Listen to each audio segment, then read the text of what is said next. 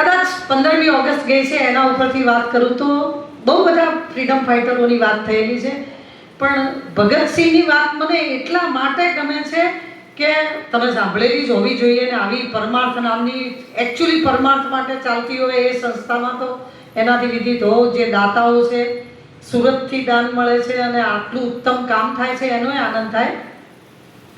કિશનસિંહ એમના પિતા હતા અને વિદ્યાવતી એમના માતા હતા ભગતસિંહના. ભગતસિંહને સૌથી વધારે લાલા લજપતરાયનો નાનકડો જ કિસ્સો છે, એક ક્ષણમાં જ કહી દેવાયો. લાલા લજપતરાયે સાયમન ગો બેક નામની એક ચળવળ હતી, એમાં ભાગ લીધો હતો. સોન્ડર્સ નામના જનરલે એમના માથામાં લાકડી મારી હતી, લોહી નીકળ્યું હતું. એટલે લોહી નીકળ્યા પછી લાલાને ત્યાં દાખલ કર્યા ને ત્યારે ભગતસિંહ ખબર પૂછવા ગયા હતા. ભગતસિંહ એવું કીધું હતું કે જેણે તમને માથામાં લાકડી મારી છે ને એને હું ગોળીઓ ઉડાડી દઈશ. આવું નક્કી કરવું એ પછી એને એમ થાય છે કે ના, અહિંસાની લડત એ વખતે ફૂલ જોશમાં ચાલતી હતી ત્યારે એમણે અહિંસાના ભાગરૂપે સંસદમાં બીજા દિવસે 8-10 દિવસ તો ગુમ થઈ ગયા હશે, પણ એમના ગુમ થયા પછીના બીજા કે ત્રીજા દિવસે સંસદમાં બોમ્બ ધડાકો થાય છે. એટલે સંસદમાં બોમ્બ ધડાકો થાય, સોન્ડર્સ નામનો માણસ હતો ને એ જે પોલીસ સ્ટેશનમાંથી મળતો હતો, જેને એમણે નીકળતી વખતે જ ધોકો મારેલો, એ બીજા દિવસે છાપામાં આવે છે. ત્યારે કિશનસિંહ છાપું વાંચતા હોય છે અને વિદ્યાવતી ઘરમાં કામ કરતા હોય છે. કિશનસિંહ કહે છે આ સંસદમાં જેણે બી બોમ્બ ધડાકો કર્યો છે ને, મને એવી શંકા છે કે આમાં આપણો ભગત હશે. એના પિતા કહે છે. એની માતા કહે છે તમને શંકા છે, મને ભરોસો છે કે મારો ભગત હશે. એ માતા ભગતસિંહ પેદા કરે ને એ માતા, સ્ત્રી એક કુક છે. ભગતસિંહ આપનારી, સરદાર આપનારી, સ્ત્રી એક કુક છે. અને જો સ્ત્રી બળવાન થઈને મહાપુરુષો, બહાદુર પુરુષો, સાત્વિક પુરુષો આપવાનું શરૂ કરશે તો જ આપણે જ્યાં લઈ જવું છે ત્યાં ભારત જશે. 2047નો આપણો તો મોદી સાહેબનો લોગો છે વિકસિત ભારત. વિકસિત એમને નથી થતું. વિકસિત કરવા માટે સૌથી વધારે જરૂર છે સાત્વિક, બહાદુર અને ઉત્તમ વિચારોવાળી સ્ત્રીઓ. ઉત્તમ વિચારો માટેનું એક કામ તો તમે કરો છો, ગીતા. અને એમાંય પાછું આપણને જ્યારે પસંદગી આપવામાં આવે કે 12મો બોલવો છે, 10મો અથવા 15મો, એટલે 3 અધ્યાય તમને મોઢે છે. તમે આખી ગીતાનું વચન આપ્યું છે, એના માટે હું તમને ફરીથી અભિનંદન આપું છું.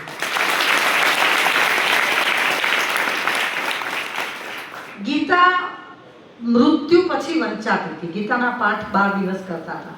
એનો કોઈ અર્થ જ નહોતો. ગીતા મર્યા પછી વાંચવાનો ગ્રંથ જ નથી. ગીતા એ જીવનમાં ઉતારવાનો ગ્રંથ છે. અહમ વૈશ્વાનરો ભૂત્વા પ્રાણીના દેહમાશ્રિત પ્રાણપાન પચાય ઉત્તમ ચતુર્વિધમ. આ શું છે? આ શ્લોક શું કહે છે કે એ તમે ઉધર્વ મૂળ શાખા પહેલો જે શ્લોક છે એ જ જીવન શીખવાડે છે કે આ ઝાડવાના મૂળ ઉપર છે. આપણે ભગવાન ઉપર યાદ કરીએ છીએ. ઉધર્વ મૂળ શાખા કહે છે. તમને ગીતા માટે કંઈ કેવું નકામું છે, પણ આખી ગીતા તમને મોઢે છે એનો આનંદ થયો છે. કદાચ એકાદ શ્લોક સંસ્કૃતમાં તમે આગો પાછો બોલશો ને તો એ ચાલશે, પણ એને તમારી ભાષામાં તમને હિન્દી, ગુજરાતી જેમાં સમજ પડે એમાં સમજી લેજો કે આને શું કહેવું છે.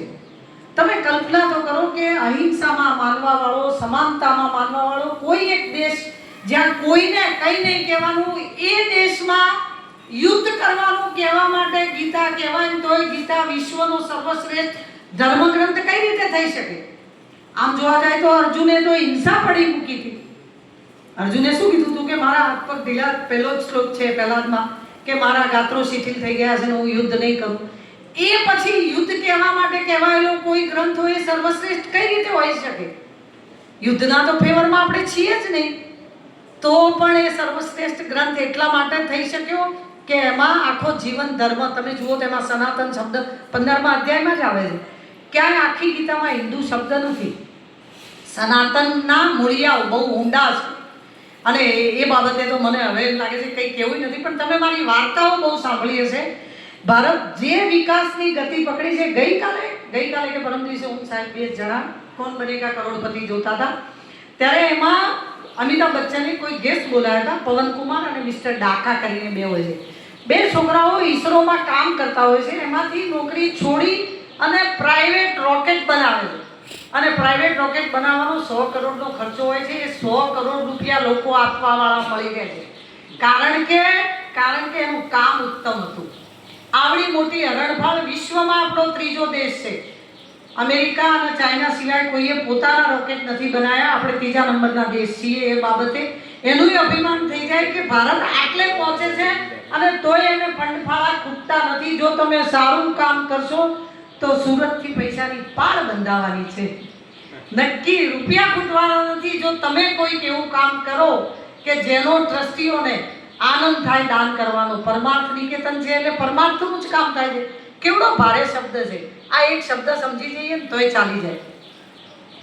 ગીતા તમે ભણો છો એટલે મને તો તમે મોરારી બાપુ વાળું જોયેલું છે એટલે કહું છું કે એમાં મારા બોલી રહ્યા પછી મોરારી બાપુ બોલવા ઊભા થયા ત્યારે ગીતાના અંદર સ્ત્રીના 7 લક્ષણો કયા છે એ 7 મારા માટે કયા હતા. મને એની મજા આવી ગઈ હતી.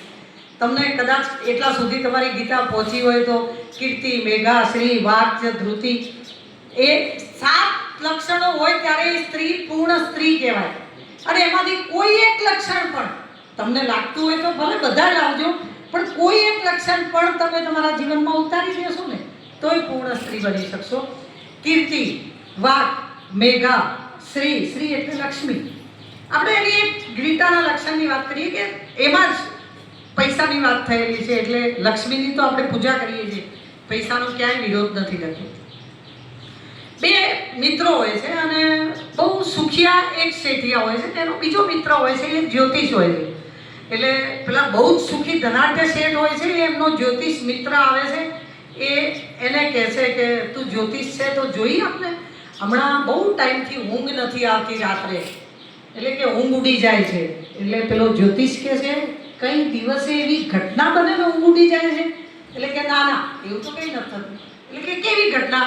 એટલે કે તું કોઈ વિધવા, કોઈ ગરીબ, કોઈ લાચાર જુએ તો, કોઈ નિરાધાર જુએ તો, કોઈ અપંગ જુએ તો, કોઈ ઓર્ફન ચાઇલ્ડ જુએ તો, કોઈને ખૂબ દુઃખી જુએ તો, કોઈની ગરીબી જુએ, એવું કંઈ જુએ છે ને ઊંઘ ઉડી જાય છે?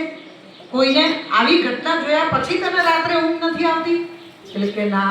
એટલે કે કોઈ બાળક અનાથ હોય એને જુએ ને ઊંઘ ઉડી જાય? એટલે કે ના. કોઈ બીમારને જોઈને? એટલે કે ના. એટલે કે આ કશું જોઈને તને કંઈ નથી થતું? પેલાને કહે છે તું મને ગ્રહ જોઈએ આપને, મને કયો ગ્રહ નડે છે? એટલે પેલો જ્યોતિષ મિત્ર કહે છે જો તને તારી નજર સામે આ બધું જોયા પછી કંઈ નથી થતું, આ નથી નડતું, તો ઉપરનો ગ્રહ તને શું નડવાનો છે? અહીંયા આપણને આ ધરતી ઉપર જે સામે દેખાય છે એને જો મદદ કરવાની ઈચ્છા ના થાય તો આપણી શ્રી નકામી છે. આપણી લક્ષ્મી તમને અઢળક લક્ષ્મી પ્રભુ ત્યારે જ આપશે જ્યારે તમને એવો વિચાર આવશે કે મારે આ પૈસા કોઈક સારા કામમાં વાપરવા છે. તમારી હજી તો ઉગતી ઉંમર છે, તમે અદ્ભુત કમાશો. પણ બીજું લક્ષણ કીધું હતું મેઘા. મેઘા એટલે તીવ્ર બુદ્ધિ. કદાચ તમને ખ્યાલ હશે મેઘા એટલે. એક દીકરીની વાત કહી દઉં, મેઘામાં કામમાં આવે એવી છે એટલે કહું. એક છોકરીના પિતાને બહુ બધું દેવું થઈ જાય છે અને ગામમાં એ વખતે શરાફ લોકો વ્યાજે પૈસા આપતા હતા અને તમે વ્યાજ અને રૂપિયા બધું ચૂકવી ના શકો તો એની સામે ગામના પંચાયતોમાં ફરિયાદો થતી હતી. જે કહે તે દંડ લેવો પડતો હતો. પેલા ધીરધાર કરનારાએ પૈસા આપ્યા હતા અને ખેડૂતને 2 કે 3 વર્ષ ફેલ ગયા એટલે પૈસા પાછા ના આપી શક્યો. એટલે ગામની પંચાયતમાં એણે કીધું કે આણે મને વાયદો કર્યો તો એ પ્રમાણે એણે મને પૈસા પાછા નથી આપ્યા. તો પંચાયતે કીધું કે ભાઈ તું બોલ હવે તારે શું કરવું છે? મોટા ભાગે આવા સમયે દેખદાર કરવાવાળા લોકો જમીન અથવા તો વાળો અથવા તો ઘર લખાવી લેતા હતા. આ ધીરધાર કરવાવાળાએ એવું કીધું કે આ ખેડૂતની પુત્રીના લગ્ન મારી સાથે કરાવો. વાત તો થોડીક અઘરી હતી પણ ધીરધાર કરવાવાળો શેઠિયો ઉંમરવાળો હતો, જુવાન દીકરી હતી. એની નજર એના ઉપર બગાડી એટલે પંચાયતે કીધું કે એવી સીધી રીતે તો ભાઈ તને લગ્ન ના કરાવાય, તું બોલે છે એ મગજમાં નથી બેસતું. તો કે સારું એમ કરો, આપણે ઊભા છીએ, વાર્તા સમજવી પડશે. આપણે ઊભા છીએ ને નીચે પથ્થરો પડ્યા છે, હું અહીંથી 2 પથ્થર આ થેલીમાં, એક બંધ થેલી જેવું હોય આમાં મૂકું છું. એક સફેદ પથ્થર મૂકું અને એક કાળો પથ્થર મૂકું. જો સફેદ પથ્થર આ દીકરીના હાથમાં આવે તો મારે કે લગ્ન નથી કરવા અને રૂપિયા પૈસા વ્યાજ બધું માફ. અને જો કાળો પથ્થર આવે તો આ દીકરીએ મારી સાથે લગ્ન કરી લેવાના. એટલે 50% શક્યતા તો થઈ ગઈ ને ખેડૂત પાસે પૈસા નહોતા એટલે દીકરી તૈયાર થઈ ગઈ એના પિતાની દશા જોયા પછી. પેલા વેપારીએ નીચે વળીને થેલીમાં પથ્થર મૂકવાના હતા. એ વખતે બે પથ્થર મૂકવાના હોય, એક સફેદ ને એક કાળો. એણે હાથે કરીને મુઠ્ઠીમાં બે કાળા પથ્થર મૂક્યા. ખ્યાલ આવે? બે કાળા મૂક્યા એટલે દીકરી કોઈ બી એક ઉપાડે તો એ કાળો જ આવવાનો. બીજા કોઈની નજર શાર્પ નહોતી. આપણે મેઘા ઉપર વાત કરીએ છીએ એટલે ચતુર દીકરી હતી, નીચે જ જોઈ લે કે આને બે કાળા મૂક્યા છે. એ જ વખતે આ બેટા છે 250 દીકરી તરત બૂમ પાડે કે તું ચીટિંગ કરે, આમાં બે કાળા છે. આપણે પાડી દઈએ ને, હું બી હું તો બૂમ પાડું કે આ ચીટિંગ થાય. એ દીકરી કશું બોલી ના. એટલે બે કાળા પથ્થર જોયા. કાળા પથ્થર હોય તો એને સજા જેવું જ હતું. એને પેલા સાથે લગ્ન કરવાના હતા. પછી દીકરીએ થેલીમાંથી આખી પંચાયત સામે એક પથ્થર કાઢ્યો. કાઢીને હાથમાં મુઠ્ઠીમાં પકડ્યો અને કુદરતી જાણે એના હાથમાંથી છૂટી ગયો છે એમ કહીને નીચે છોડી દીધો. એટલે બધા કે એ આવું કેવી રીતે થયું, કયા કલરનો પથ્થર હતો? એટલે પેલી દીકરી શું કીધું, મારા હાથનો પથ્થર પડી ગયો છે. થેલીવાળો તો અંદર છે ને, થેલીમાં હોય એનાથી જુદો કલર મારા હાથમાં હતો. થેલીમાં કયો હતો? દીકરીના હાથમાંથી શું પડી ગયું નક્કી થયું?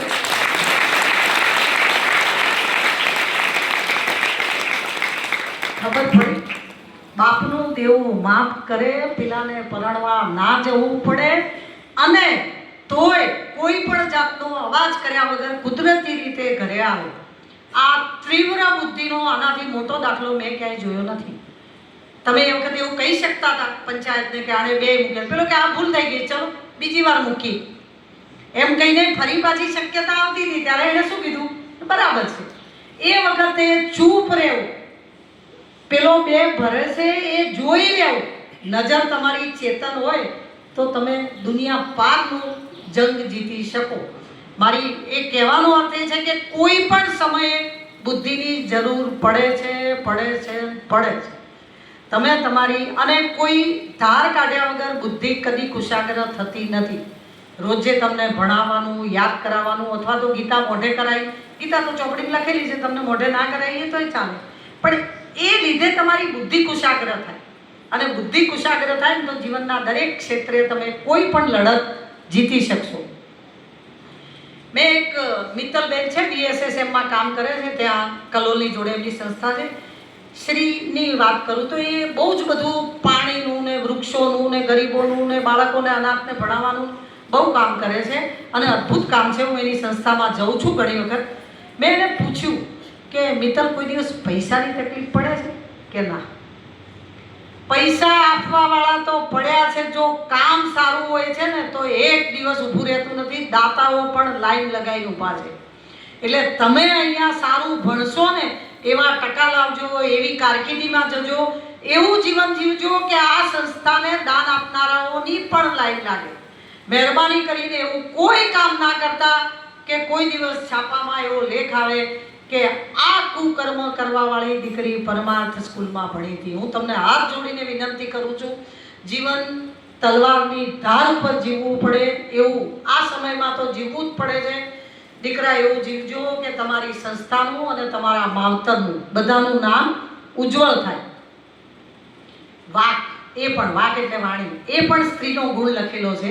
તમને કદાચ બોલતા બધાને આવડે છે. એવું કહે છે કે કાન થાકી જાય છે, ઉંમર થાય એટલે દાંત થાકે છે, ઉંમર થાય એટલે આંખ થાકે છે, જીભ નથી થાકતી. કારણ કે દાંતે ખાઈ લીધું છે, કાને સાંભળી લીધું છે, આંખે જોઈ લીધું છે. જીભ નથી થાકતી કારણ કે જીભ હજી પણ બોલવાનું શીખે છે. બોલતા આવડે પણ શું બોલાય ને એ ખબર નથી પડતી. બોલવામાં બહુ ડાયા થઈ જવું, બહુ ચેતન થઈ જવું. લાગણીની અભિવ્યક્તિ કરવાનો આ એકમાત્ર રસ્તો છે. એટલે હું કહું છું કે બહુ વાણી ઉપરનો બહુ જ સંયમ, બહુ જ કંટ્રોલ. અને સ્ત્રીનું તો ઘરેણું છે. સ્ત્રીની મોટા ભાગની પરખ એના શબ્દો ઉપરથી થાય છે. કદાચ તમે મારી રાહ જોતા હતા, એ શેની જોતા હતા? મારા શબ્દોની જોતા હતા. મારા દેહની, મારા રૂપની, મારી સાડીની, મારા હોદ્દાની નહીં, મારા શબ્દોની. છેલ્લે કિંમત તમારી વાણીની થાય છે. મનમાં કોઈ ડર ના રાખતા કે તમે આ હરીફાઈની દુનિયા છે. હરીફાઈની દુનિયામાં કઈ રીતે નીકળશો? એમાંથી નીકળવાનો એકમાત્ર રસ્તો છે તમારા મનમાં બીક હોય એ કાઢી નાખજો. બીક શેની લાગે? આપણને શેના માટે બીક લાગે અને શું નથી આપણી પાસે? બીક માટેનો એક સીધો નાનકડી જ વાર્તા છે. મેં કદાચ તમે યુટ્યુબ ઉપર મારા વિડીયો જોયેલા હશે તો આ વાર્તા પણ સાંભળેલી હશે કે એક ઋષિના આશ્રમમાં એક ઉંદર રહેતો હોય છે અને ઉંદર ઋષિની ચારે બાજુ ફર્યા કરે અને ઋષિને વાલો લાગવા માંડ્યો.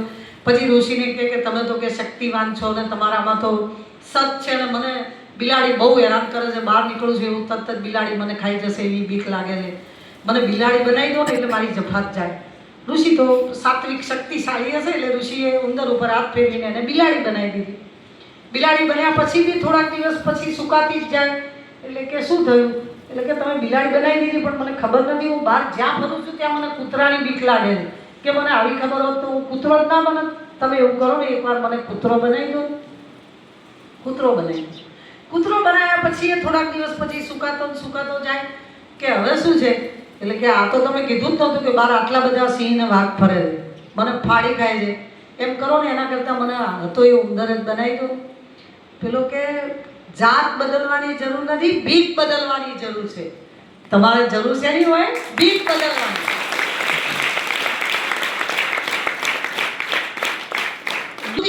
એ પછી એ પણ સ્મૃતિ એટલે યાદ રહેવું. હું તમારી સામે બોલવા આવું, મને કશું યાદ ના હોય તો હું શું વાત કરું? મારે 25-30 મિનિટમાં તમને બધું દુનિયાનું ડાપણ આપી દેવાનું શક્ય ના બને. મને તમારે દર મહિને બોલાવવી પડે. સ્મૃતિ તેજ રાખજો, તમને યાદ રહેશે તો જ તમે ચાલશો.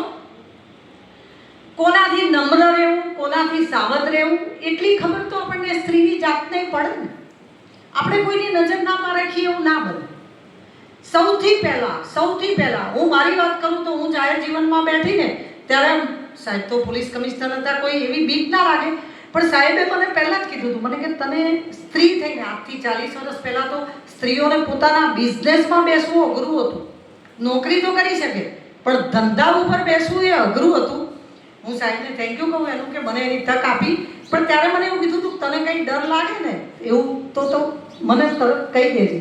ત્યારે મેં સીધું જ કીધું હતું કે સ્ત્રીની નજર એટલી પારખું હોય છે કે એને ખબર પડી જાય.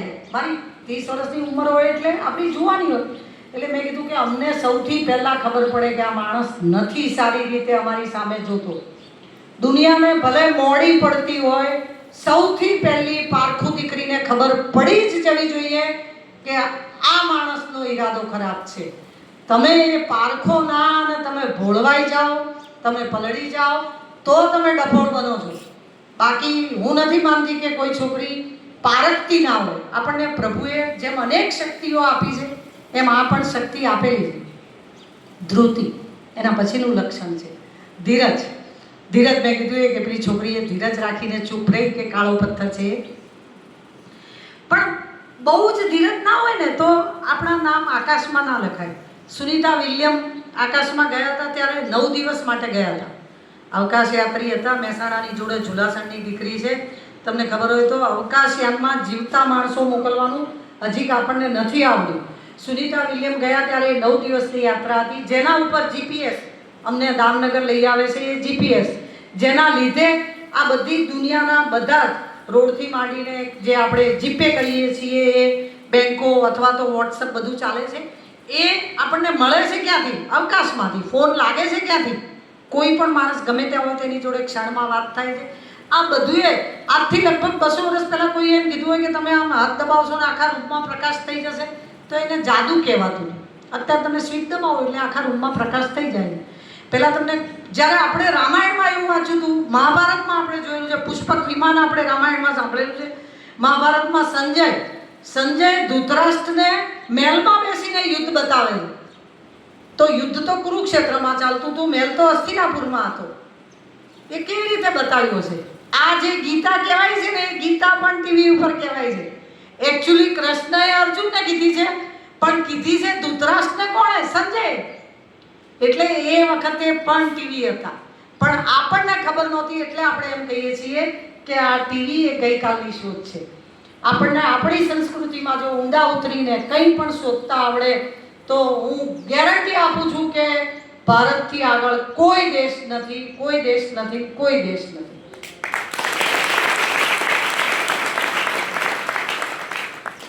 દીકરી છો તમે, દીકરીના ધર્મો અનેક છે અને એક વખતમાં તો કહેવાય નહીં, તમને પચે નહીં. પણ બાપ ને દીકરી બે બજારમાં જતા હોય છે અને બેને ભૂખ લાગે છે. આ એક ઘટના બનેલી છે. અને બાપા એમ કહે છે કે હું આ લારી ઉપરથી 2 એપલ લઉં, આપણે 2 એપલ ખાઈ લઈએ. પિતા એના હાથમાં 2 એપલ, દીકરીના હાથમાં, આવડી નાનકડી દીકરી હશે, સુંદર દીકરી, મને ચાંદલો કર્યો એ દીકરીએ 2 એપલ એના હાથમાં પકડ્યા અને પિતા પર્સમાંથી કાઢીને લારીવાળાને પૈસા આપે છે. એ પૈસા આપે, પેલો પાછા આપે. એટલી થોડીક ક્ષણો થાય છે, એટલામાં દીકરીના 2 હાથમાં 2 એપલ હોય છે ને, દીકરી 2 એપલને બચકું ભરે છે. એટલે એના પિતા પૈસા આપી રહ્યા પછી 2 એપલ સામે જોઈને કહે છે, સાલું આવું હોય? આ દીકરીએ 2 એપલ કેમ એઠા કર્યા હશે? એણે મને નહીં આપવું હોય? પિતાને એક ક્ષણ માટે જ એવો વિચાર આવે છે. એવી તરત પેલી દીકરી કહે છે, લો પપ્પા, આ વધારે મીઠું છે.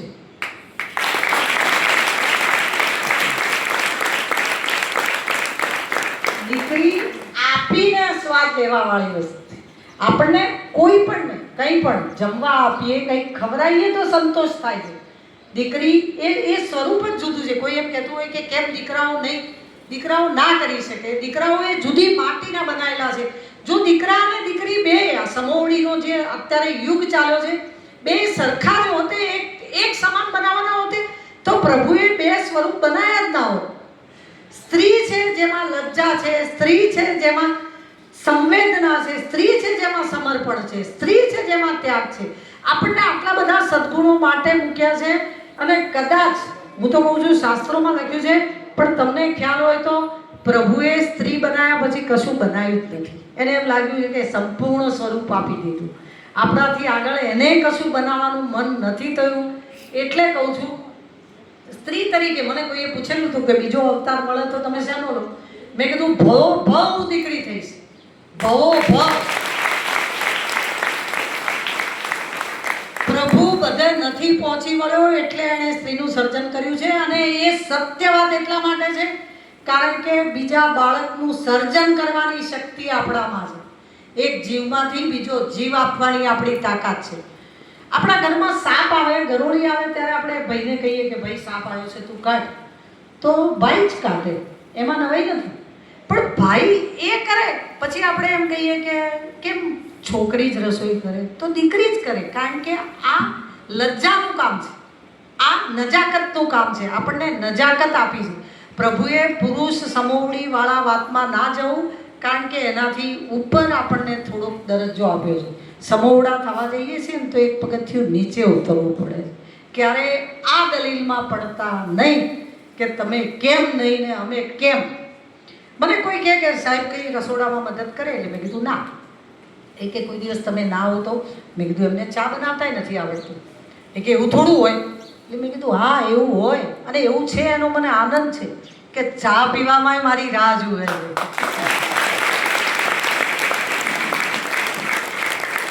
આવડી જાય શું કામ તમારી રાહ જુએ? એ શું કામ તમારી વાત સાંભળે? એને નથી આવડતું ને ત્યાં સુધી તમે વધારે ફાયદામાં છો. એટલે કદી મહેરબાની કરીને ભાઈ અથવા તો ભવિષ્યમાં તમારા પતિ હોય એને એવું ના કહેતા કે હું બનાવું છું તું કેમ રસોઈ ના બનાવે. એ રસોઈ બનાવશે એ દિવસે તમે પાવર કરશો ને તો કહેશે બાય બાય, કારણ કે ભૂખ્યો નથી રહેતો. એટલે મહેરબાની કરીને આપણો જે ધર્મ છે એ જ શીખજો.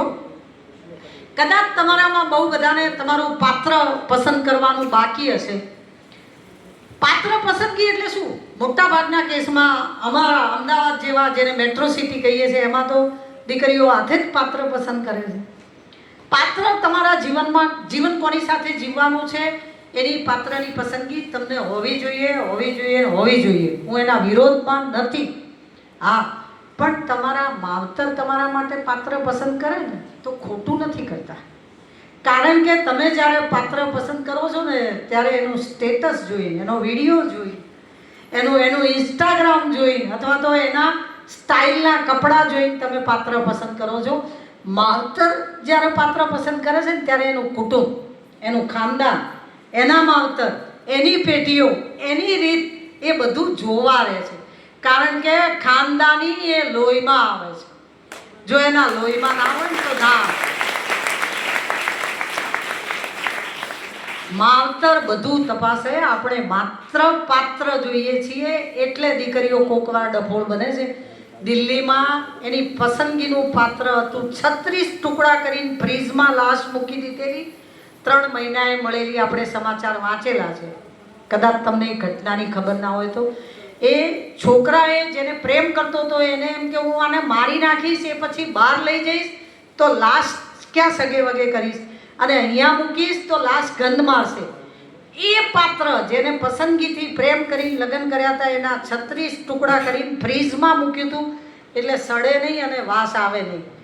આવું પાત્ર પણ દીકરીઓ પ્રેમ કરીને પસંદ કરે છે. એટલે એવા ખોટા પ્રવાહોમાં તણાઈ ન જવું. તમારી ઉંમર છે એટલે તમને કદાચ કોકનો વિચાર આવે ને તો એ ઘડી ખમી જજો કે તમારી કેરિયર બનાવો ને, એ પછી પાત્ર તો તમને તમારા માત્ર તમારા લાયક શોધી જ આપશે. તમે ડીએસપી થયા હશો પછી તમને એમ નહીં કે આ પટાવાળા જોડે લગ્ન કરી લે, ના કે. પણ એના માટે તમારે ડીવાયએસપી પાસ થવું પડે. માવતર કંઈ ગાંડા નથી, માવતર તમારા લેવલનું જ પાત્ર શોધવાના છે. બીજું એક છે ક્ષમા. સ્ત્રીનું લક્ષણ છે ક્ષમા.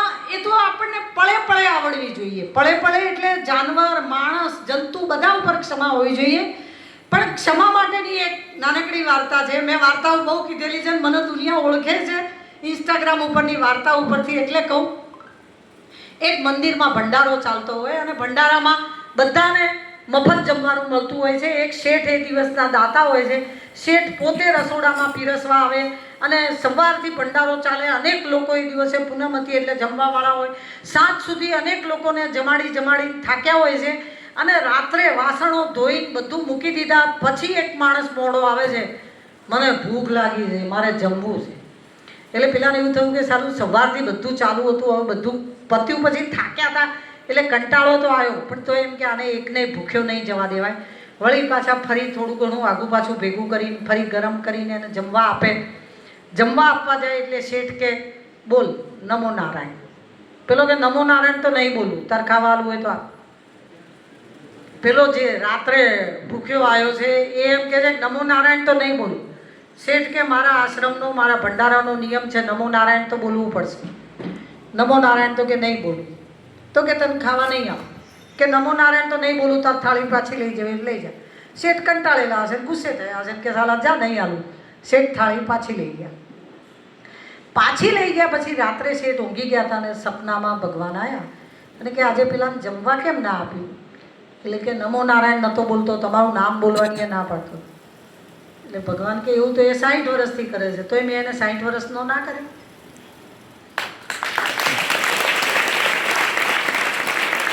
પેલો શું કરે છે ને એ આપણે નહીં જોવાનું.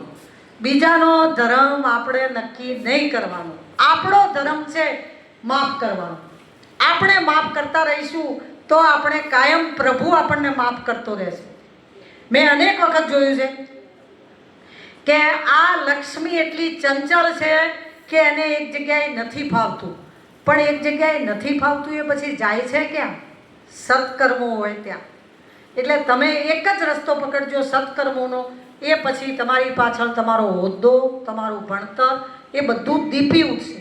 8 કલાક તમે વાંચો ને 8 કલાક બીજું વાંચે, બીજું ડીવાયએસપી પાસ થાય ને તમે ના થાવ, એનું કારણ કદાચ એની પાછળના તમારા ઉત્તમ વિચારો હોય.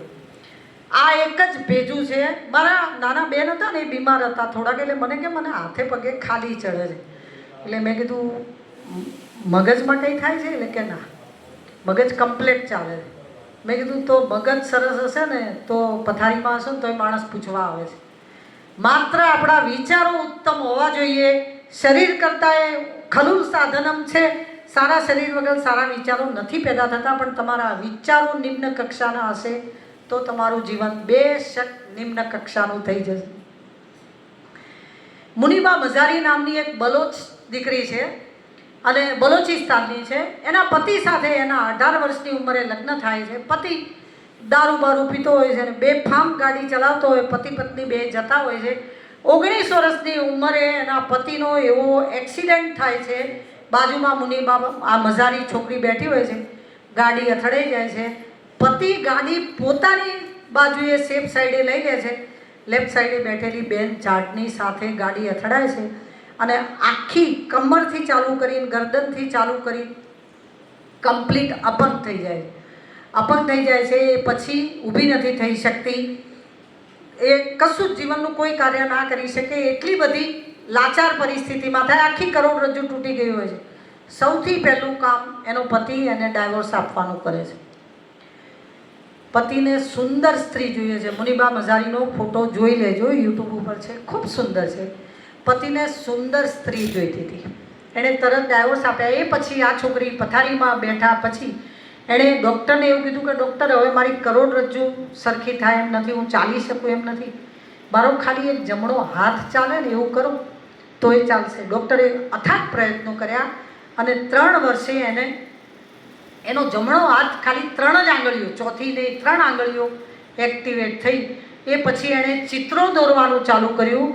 લાચાર સ્ત્રી શું કહેવાય છે, ગરીબી શું કહેવાય, દગો શું કહેવાય, એના ઉપરના એવા અદ્ભુત ચિત્રો બનાવ્યા કે છેક યુએસ સુધી બધી જ આર્ટ ગેલેરીમાં એના ચિત્રોને ઇનામ મળવા માંડ્યું. અને એ પછી તો એણે સંગીત શીખ્યું. એક જ હાથ ચાલે છે એના ઉપર, સંગીત અને ચિત્ર બે ઉપર એ એટલી જગ્યાએ પહોંચી કે અત્યારે યુનોમાં વુમન એમ્પાવરમેન્ટની એમ્બેસેડર એ છોકરી છે.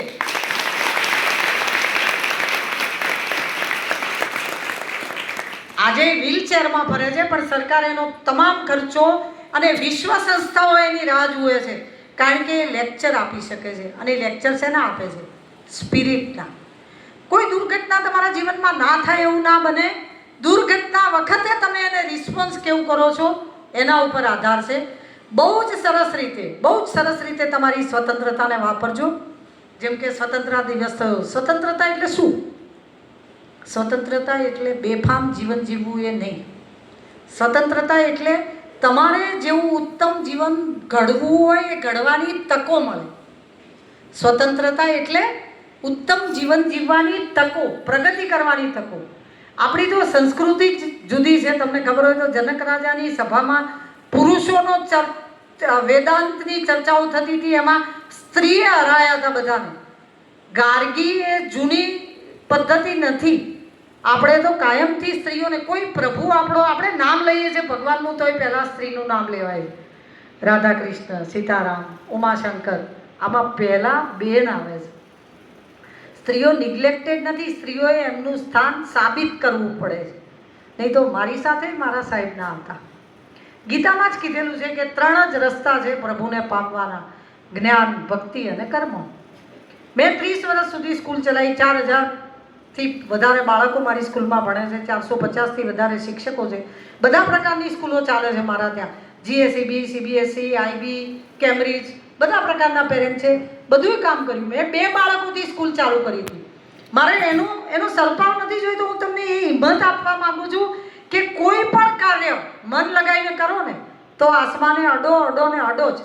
તમે તમારી ચેલેન્જવાળી સિચ્યુએશન જ ત્યારે આવે જ્યારે તમે તમારો ધર્મ ભૂલો. તમે એ જગ્યાએ પહોંચશો જે જગ્યા તમે નક્કી કરીએ છીએ.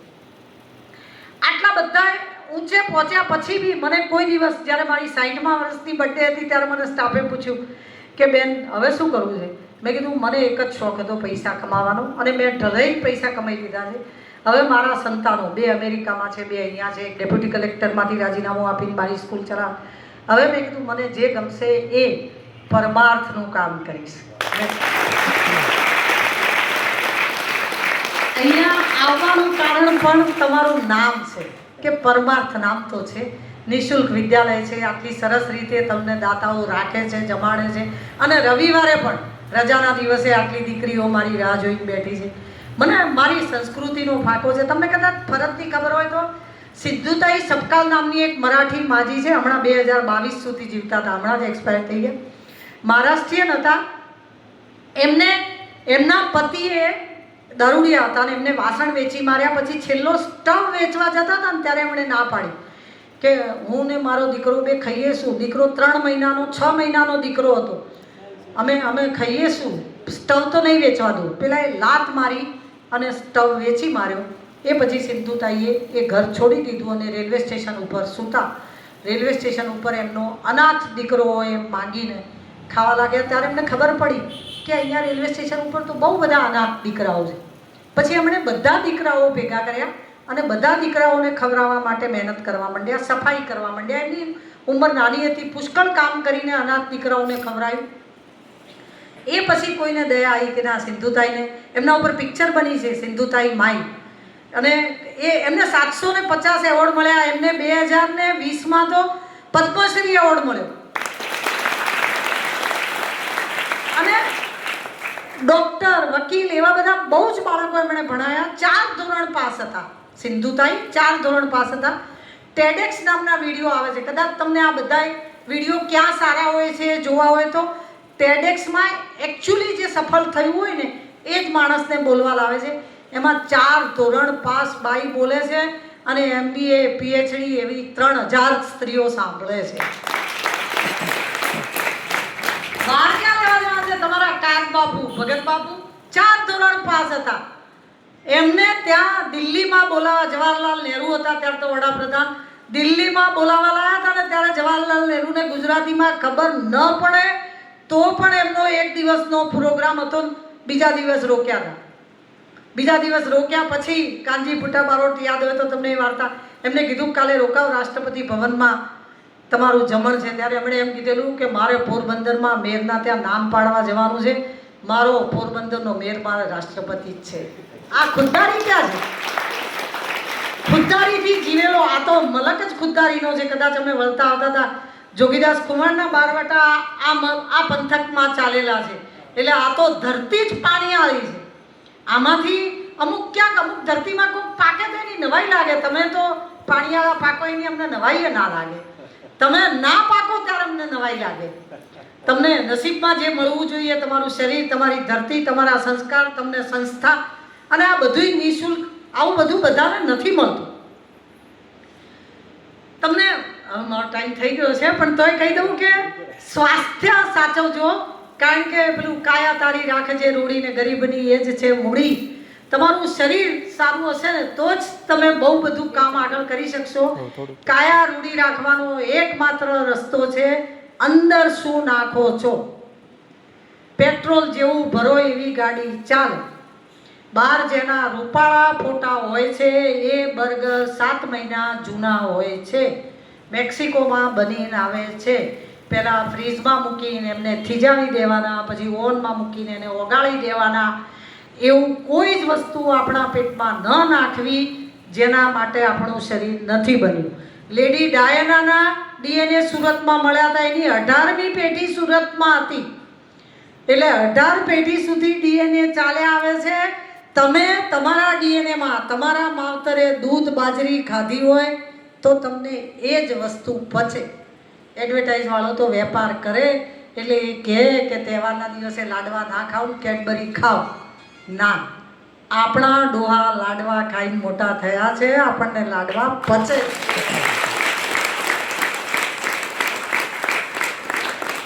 શિક્ષણ એ સાધન છે, સાધ્ય નથી. શિક્ષણ એ તો વ્હીકલ છે. મને અહીંયા મારી ગાડી લઈ આવો, શિક્ષણ તમને ક્યાંક લઈ જાય.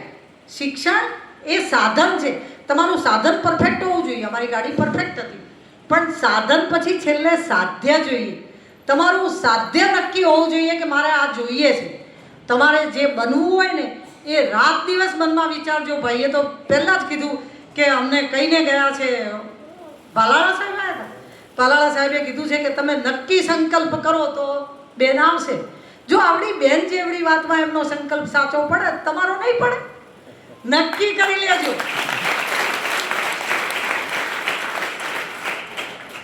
નક્કી. અને તમને ખબર છે ને ભગતસિંહ, અમને કાગબાપુને પદ્મશ્રી એવોર્ડ મળેલો છે. 4 ચોપડી પાસ માણસ પદ્મશ્રી સુધી કેવી રીતે પહોંચે? જે માણસ 4 ચોપડી પાસ છે એના નામના એવોર્ડ અપાય છે, કાગબાપુના નામના એવોર્ડ અપાય છે, કાગ એવોર્ડ. અને એ એવોર્ડ જેને મળે એ ખુશ થઈ જાય છે. ભણતર એ માત્ર સાધન છે. તમારું સાધન પરફેક્ટ હોવું જોઈએ, પણ તમારું સાધ્ય તમને ખબર હોવી જોઈએ. અને તમારા મનમાં, ભલે કોઈને ના કહો, પણ મનમાં નિશ્ચિત નહીં હોય તો તમે કોઈ જગ્યાએ નહીં પહોંચો. એક મુલ્લાને એક દિવસ કોઈએ પૂછેલું કે તને ખબર છે આ દુનિયાનો એક દિવસ અંત આવી જવાનો છે, એટલે કે દુનિયાનો અંત ક્યારે આવવાનો છે? એટલે પેલો કે આ યુગમાં આટલા વર્ષ પછી આ વર્ષમાં પ્રલય થવાનો છે, નામ છે તેમ છે. મુલ્લો કે મને ખબર છે દુનિયાનો અંત ક્યારે આવવાનો. કે ક્યારે આવવાનો? હું મરી જાઉં એ ગાડી. આપણે આપણું સ્વાસ્થ્ય ઠીક ના રાખીએ, આપણે ઉપડી જઈએ એ દાડ પછી દુનિયા રહે તોય હું, જાય તોય હું. આપણી દુનિયા એ આપણું શરીર છે.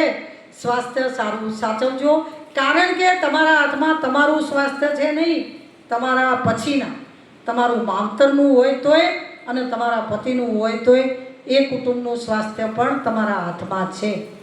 તમે જેવું ઈચ્છશો એવું એમનું સ્વાસ્થ્ય થશે. મહેરબાની કરીને રસોઈ તમારા હાથમાં રાખજો. ઇન્દિરા ગાંધી વડાપ્રધાન થયા હતા તોય રસોઈ કરતા હતા. મોબાઈલ છેલ્લો કડવો વિષય છે, પણ લઈ લઉં છું. તમારી પાસે છે કે નહીં એ મને નથી ખબર. મોબાઈલ નથી, અલાઉડ નથી. મોબાઈલ એ 4 રસ્તા ઉપર નાચતી અપ્સરા જેવું સ્વરૂપ છે. દરેકને એની લાલચ થઈ જાય છે. મોબાઈલમાં બધું જ છે, સારું અને ખોટું. જેને જે જોવું છે એ જ બતાડે છે. હું મારા ઘરની વાત કરું તો મને સનાતન વિચારધારા બહુ ગમે. એટલે મારા વિડીયોમાં કાયમ બીજેપીના વિડીયો આવે, સનાતનના વિડીયો આવે, એની ફેવરના વિડીયો આવે. સાહેબને ગાંધીજી બહુ ગમે એટલે એમને કોંગ્રેસના વિચારો બહુ ગમે. સાહેબ કાયમ એ વિડીયો જુએ. સાહેબના વિડીયોમાં કાયમ એ જ વિડીયો આવે છે. અલ્ગોરિધમ સેટ છે. તમે જે જુઓ એ જ તમને બતાવે છે. તમારા હાથમાં આ અમૂલું સાધન છે, જોઈશે જ. કોઈ પણ ટેકનોલોજી એ શ્રાપ નથી, એનો દુરુપયોગ એ શ્રાપ છે. ટેકનોલોજી ના હોય તો હું અહીંયા બોલું એ તમને ના સંભળાય. આ બોલેલું તમારા સુધી પહોંચાડે છે એ વિજ્ઞાન જ પહોંચાડે છે. ટેકનોલોજીનો વિરોધ નથી, ટેકનોલોજીનો સદુપયોગ કરજો. જ્યારે તમારા હાથમાં આ ગમતીલું રમકડું આવે ત્યારે એણે શહેરો ખલાસ કરી દીધા છે. અમારા એલેમાં તો જઈએ એટલે કુટુંબ જીવન નામની પ્રથા પતી ગઈ છે. કુટુંબ જ માત્ર મોબાઈલ છે. પણ તમે જ્યારે પણ તમારા હાથમાં એ સાધન આવે ત્યારે એને સર્વોચ્ચ સ્થાને ના બેસાડો એવી મારી પ્રાર્થના છે. તમારી બધી જ વાત સમજ્યા પછી હું એક વાત કહી દઉં કે તમે જે ઉંમરમાં છો ને એ જ ઉંમર સાથે મેં 30 વર્ષ કામ કર્યું છે. મને તમારી ઉંમરના બધા જ પ્રશ્નો ખબર છે. અને હું જે માવતરની, હું જે વડીલોની, જે કુટુંબની વાત કરું છું એની વાત કરું તો મને એ પૂરી ખાતરી છે કે દર વખતે માવતર સાચા જ હોય છે એવું નથી પણ હોતું, પણ એ આપણા માવતર છે. એ વાત યાદ રાખજો.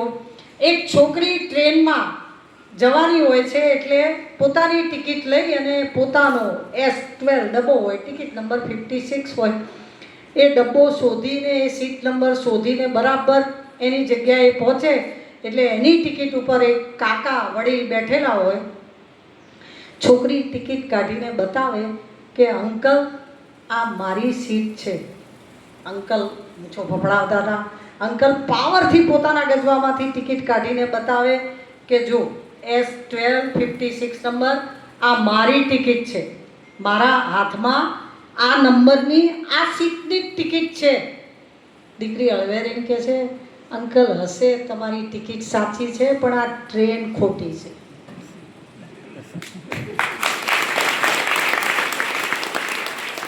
અંકલ કોક દિવસ ખોટી ટ્રેનમાં બેસે ખરા, પણ એ તો બધું પેઢીઓથી ચાલતું આવ્યું છે. કોક દિવસ માવતર આગી પાછી વાત કરે તો પણ ક્ષમતા રાખીને એમને સાંભળજો. એ પણ તમને ક્ષમતા રાખીને સાંભળશે. Okay, thank you. તમને ગમતી કે ન ગમતી મને જે આવડી એ વાત કરી, તમે બધું જ મનમાં ઉતારશો એવું મને પિયુષભાઈએ કીધેલું છે. નહીં તો આવા તો અનેક લેક્ચરો મેં અનેક જગ્યાએ આપ્યા છે ને બીજા દિવસે ભૂલાઈ જવાય છે. આમાંની કોઈ એક વાત પણ ઉતારશો તો મારું અહીંયા આવેલું મને ધન્ય થયેલું લાગશે અને હું તમારી આજીવન આભારી રહીશ. Thank you.